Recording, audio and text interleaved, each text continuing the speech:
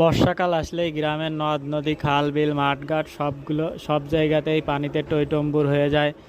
এখানে প্রচুর পরিমাণে দেশীয় মাছ পাওয়া যায়, যে মাছগুলা জেলেরা ধরে তাদের জীবিকা নির্বাহ করে। তারা বিভিন্নভাবে নদী থেকে এইভাবে মাছ সংগ্রহ করে, কেউ জাল দিয়ে, কেউ বড়শি দিয়ে, কেউ উষা জাল দিয়ে, কেউ যে যেভাবে পারে মাছ সংগ্রহ করে বাজারে বিক্রি করে তাদের পারিবারিক চাহিদা পূরণ করে। জেলেরা সারা বছর টুকটাক মাছ পেলেও বর্ষাকালের জন্য তারা অপেক্ষা করে। বর্ষাকাল আসলে তাদের প্রচুর পরিমাণে মাছ ধরতে পারে। প্রচুর পরিমাণে মাছ ধরার কারণে তাদের ইনকামের রাস্তাটা একটু বেশি হয়ে যায়। তখন তারা একটু বেশি করে মাছ ধরে তাদের পারিবারিক চাহিদা মিটিয়ে কিছু টাকা সঞ্চয় করতে পারে।